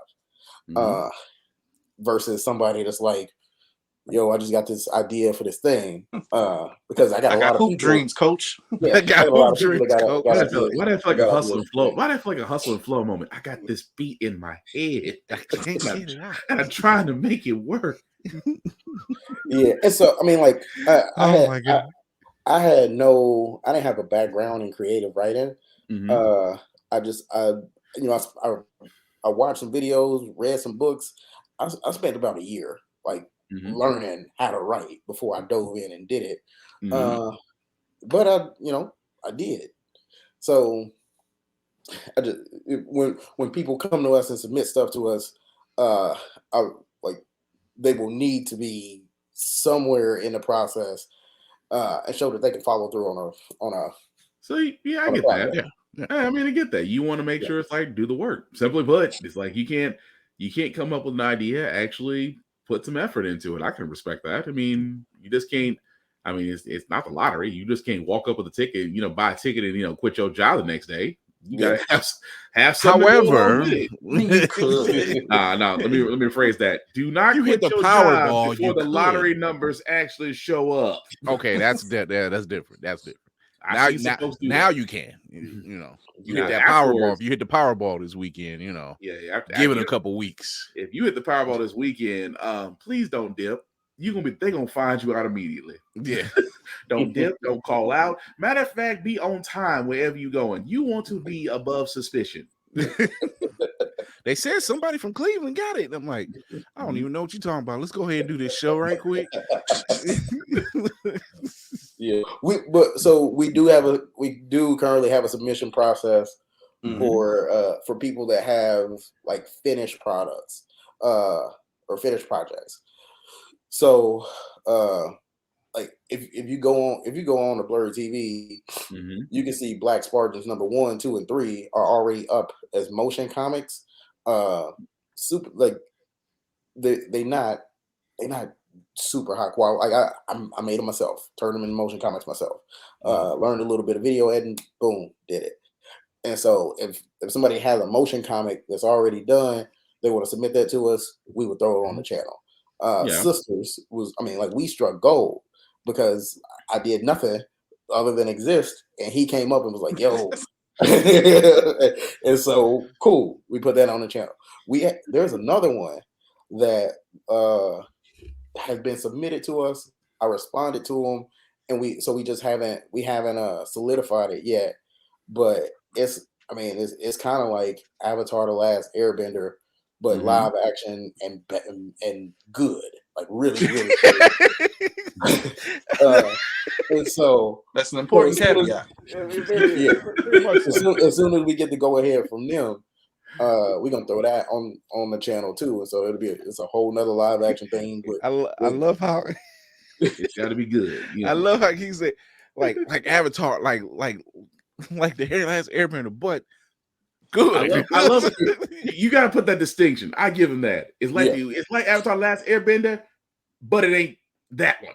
Just so you know, the one that starts with an M followed by the opposite of day, that ain't it. So just so you know, Just so you know, that's not the one we're talking about. Yeah. So honestly, it puts the movie in a whole nother perspective because I'm like, if this random group of people can do this, how did y'all do that bad on that? As James Gunn said, storytelling is key. So vital. Yeah. And it helps tonight to not whitewash it as well. I'm putting that out there. Yeah. Storytelling is key. Casting is key. Directing is key. You would have got away with it with the kid, but everybody else, that was questionable. but then again, they try to say Gods of Egypt was accurate. Yeah. I think the only thing accurate about Gods of Egypt was the God of Knowledge, and that was Chadwick Boseman. Yeah, I was about it, and he was knowledgeable enough to say, I only need like a couple scenes because this is not. He was like the last Valkyrian at the diner scene where everybody was drinking wine and he wasn't. Yeah. That was like, the smartest person at the table. I'm not drinking with y'all. I am not drinking with y'all. My black behind drinking with the rest of you Targaryens. I'm good. I'll sit this one out. But no, I do. But again, it's just like, even the fact that I like the worth words are escaping me right now, so work with me. Work ethic is the words I'm looking for. The fact, Brandon, that you just have this work ethic, like, okay, I don't know it, but you take that extra step. You try to find literature, you try to find guidance, try to find books, you study the craft. And that's the one thing I really respect about you. It's not like you can easily go out there and try and write and see how it goes, but you really wanted to get everything you could, tactile you could get as far as books, things of that nature go, and then you wanted to try it, and then from there you just kept going with it. And I love hearing stories like that because that tells me that it's not just an idea that you got behind it, you got passion behind it too, and you have a drive behind it. And that kind of thing is infectious because with present company all included here, we're all the same way. It's like you can tell where the drive is, you can tell where the passion is. You can, with those two things, a goal and a purpose are bound to follow. So aside from that, you got the right idea as far as this. And like I said, may I be the person that could sit there and be on after they were famous and sit there and say, yeah, I told Netflix to call him. I told Netflix to call him. I told him, get off there behind and do what they're supposed to. But see, Will's right. Will is right. When you say, and it's amazing because you say you started in 2020. And this is when I started the show, was in 2020. And it seems like 2020 and 2021 was truly our awakening. Yeah. December 21st rolled around here, and we really did get access. It was a blurred. It was a blurred up. I can't say blurred uprising. Uprising. Oh no, it was a blurred uprising. It was a blurred uprising. Miss Rona had your ass in the house. Sit down. Do something constructive. But what is it? But I always say what it is about our people. But if we in a space long enough, we will be creative about something. Yeah. And I think that's what that was. That was a true awakening because ever since starting the show, I have seen and been introduced to more blurred creatives and realizing, wow, I didn't know it was that many Black indie comic artists. Yeah. I need to see them. I need to talk to these people. I need to see what's going on with these people. I'm glad I caught up with Greg Burnham and Blurred kind of got that Tuskegee years. I needed that. I got another book, Guardians of the Homie, where they talk about the descendants of the homie tribes. I need to see that. Yeah. Because nobody else is telling our stories. Yeah. Seeing Black Sands Entertainment get that major deal. Yeah. It was like the win for the Blurred space, because it was just like they've been out here grinding day in, day out, and they got noticed, and they got noticed by somebody like that looks like us. Right. And said, look, he was like, look, I got what you need. Just bring it over.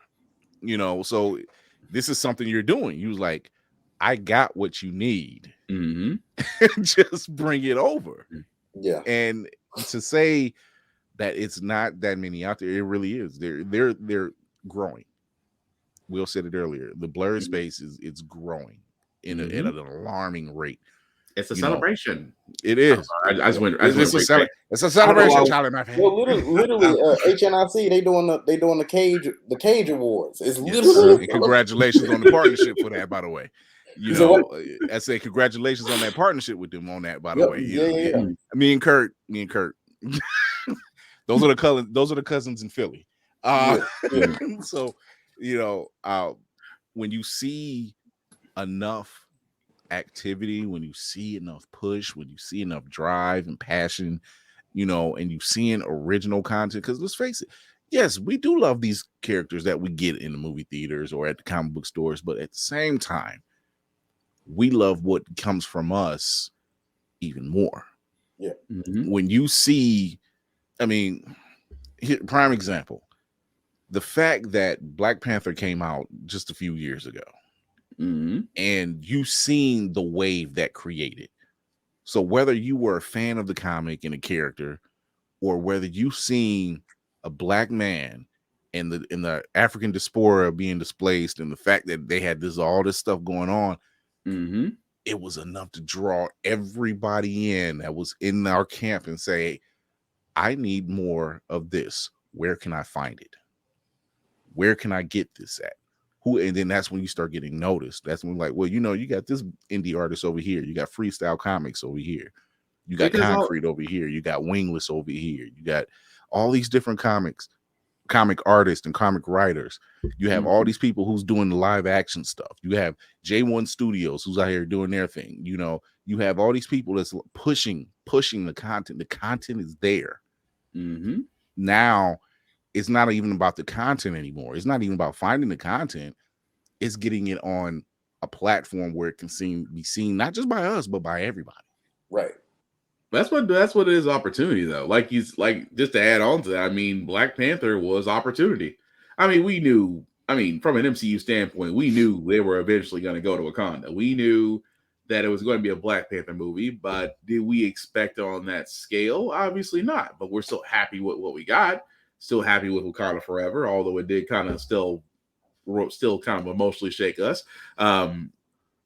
But it did show, like you said, Chris, it was that opportunity. It was that you got to see something like that where it inspired or it really lit a fire under a lot of people and said, I could do the same thing. I could do that, or I could do my idea, or I could, I forgot the lady's name and it completely lose me at this point because she actually started modeling a lot of African clothing after Black Panther, and she's very famous on Instagram, and I cannot believe I already spaced out on her Ruth name. Carter? No, it's gonna come to me. I'm brain dead at the moment, but I cannot think of her name to save my life. But she started her shopping boutique after the first Black Panther movie.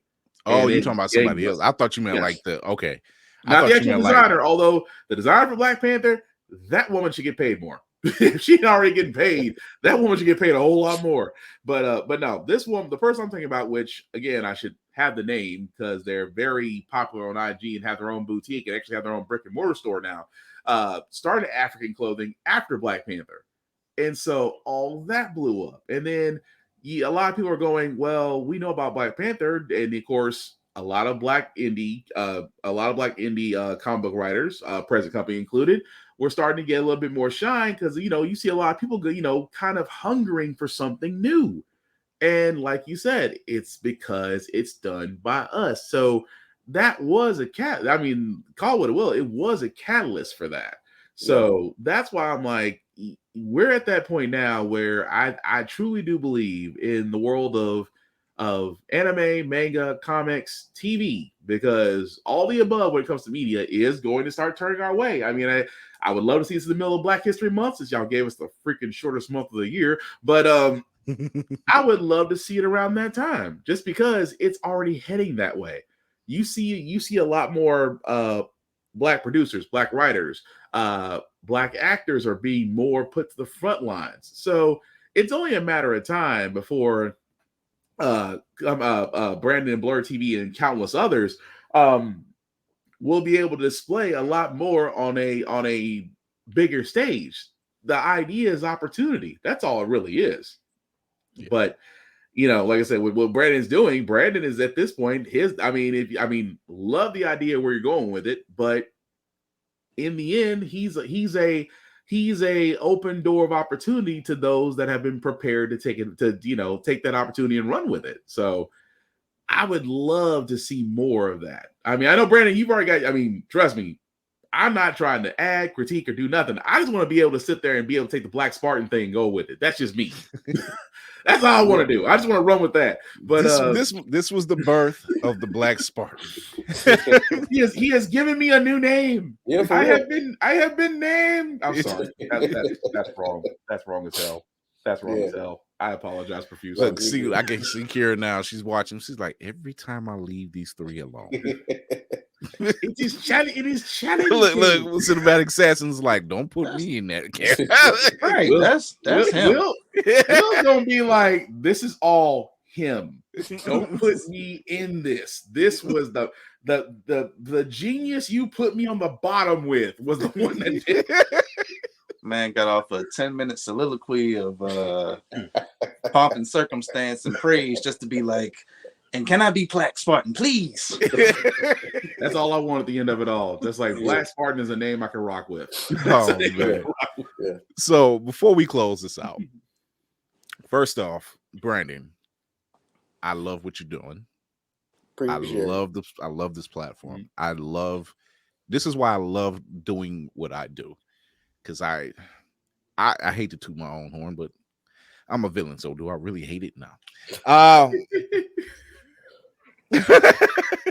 like to model the show after Arsenio Hall, and as if you was around to watch Arsenio Hall show, you know that he put on a lot of black acts. Mm-hmm.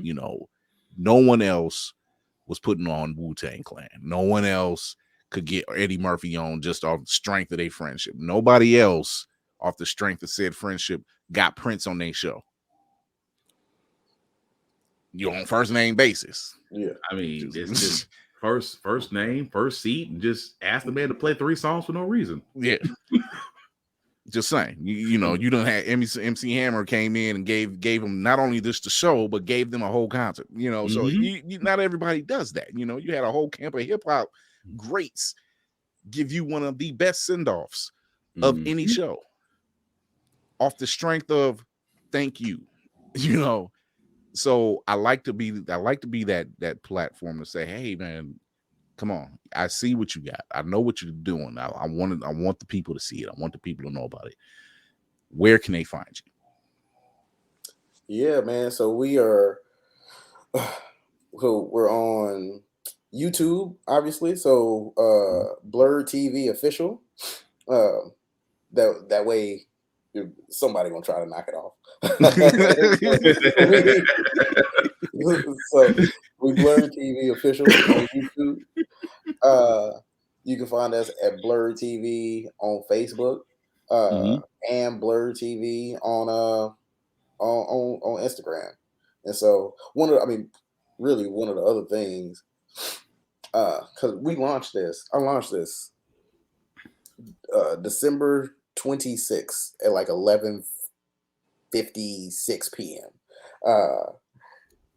But I created the pages in like October of 2022 because I was looking around. I was like, man, I can't believe there's no Blerd TV YouTube channel. There's no Blerd TV, nothing.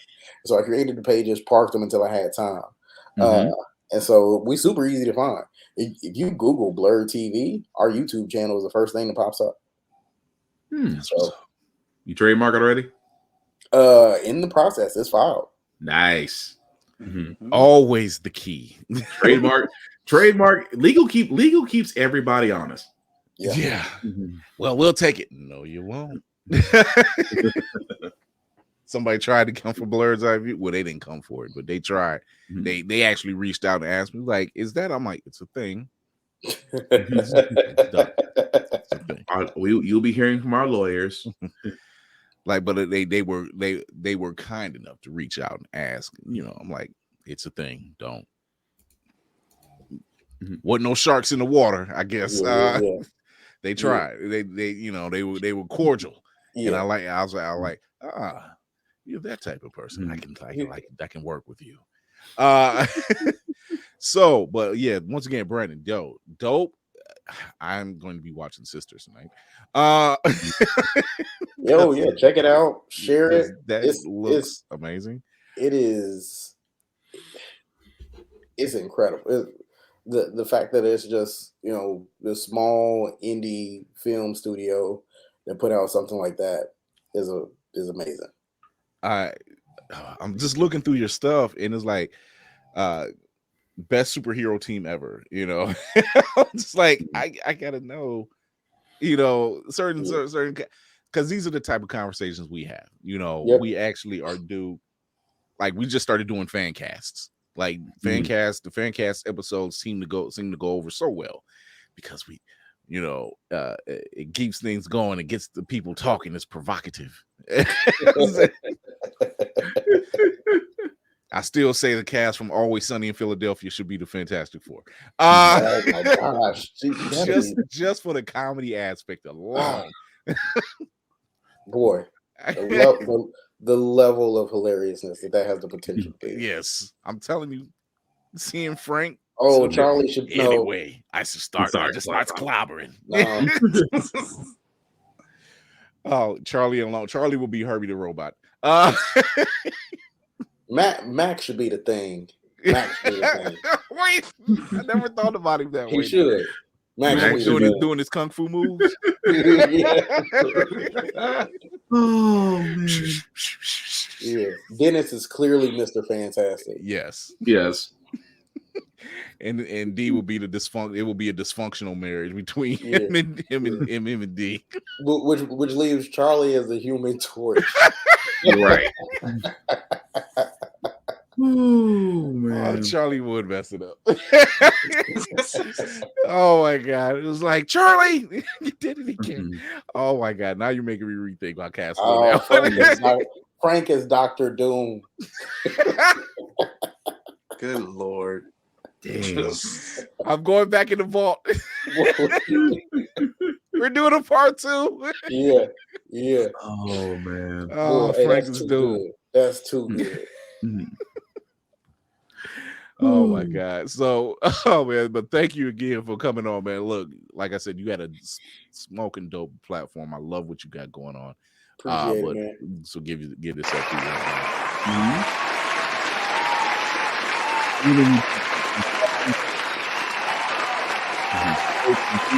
I don't know if they can hear me like that. I can hear you. Okay. Yeah, but you need to check him out. Blerd TV is such a dope platform, and it's a cause behind it. And this is what I love about. See, I'm looking Black Creators Highlight Series. That's that was stuff like that. These moments. Just these are just really dope moments that I'm seeing, and so go follow them.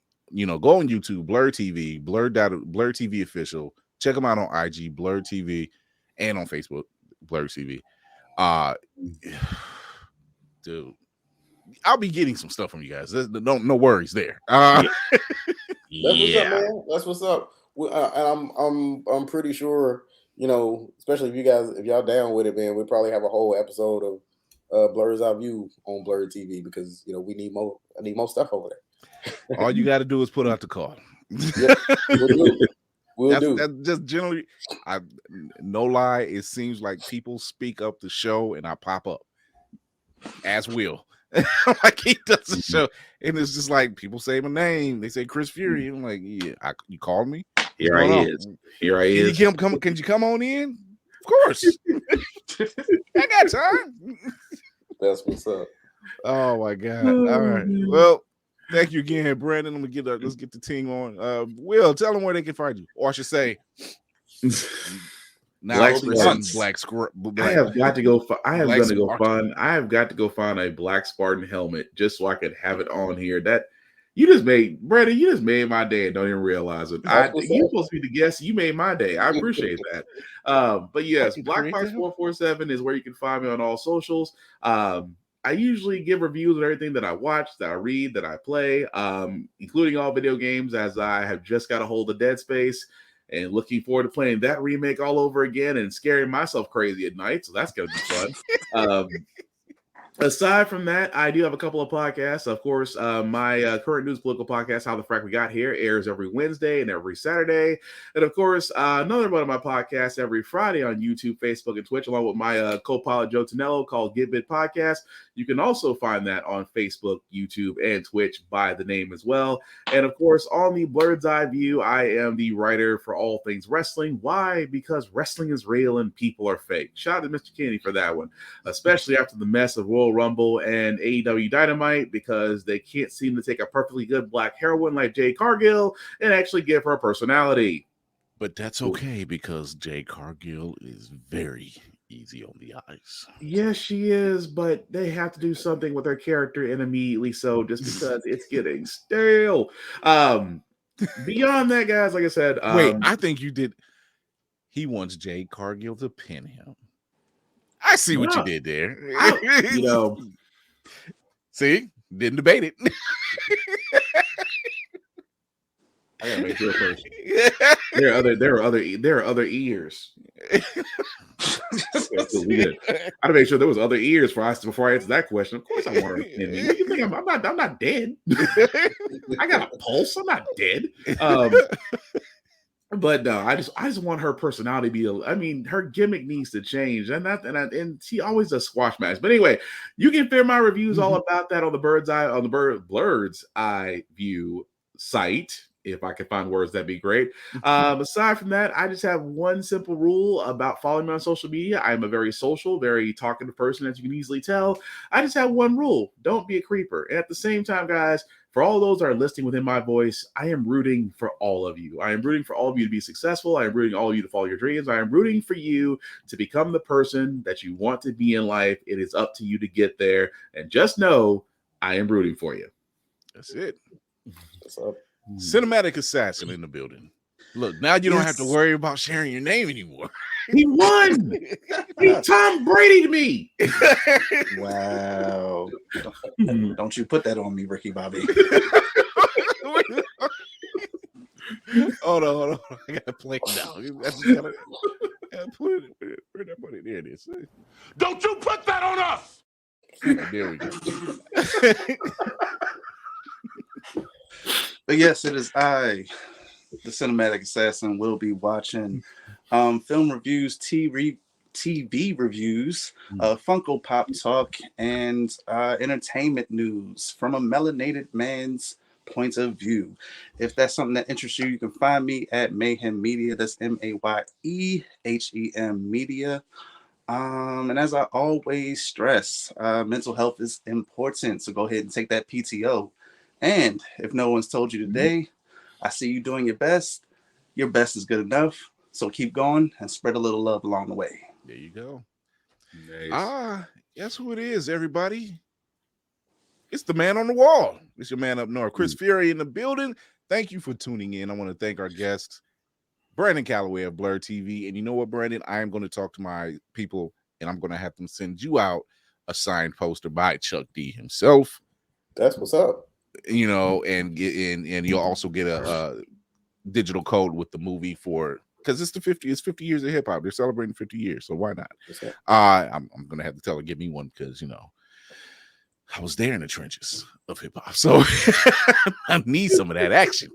But yeah, once again, thank you for tuning in, everybody. Thank you for the comments. Thank you for jumping in on the YouTube channel. Thank you for the Twitch channel. And if it's our first time here, you can always find us here on IG. You can go to IG. On Facebook, it'll be Blerd's Eye View. And you'll find the link tree in the bio where it will send you to all the great places, including Facebook on the Blerd's Eye View podcast. That's the one with the big capital letters on it. It's also find us on Twitch, Blerd's Eye View 1. Look like all of us are stumbling over our words today. And it's spreading. It is.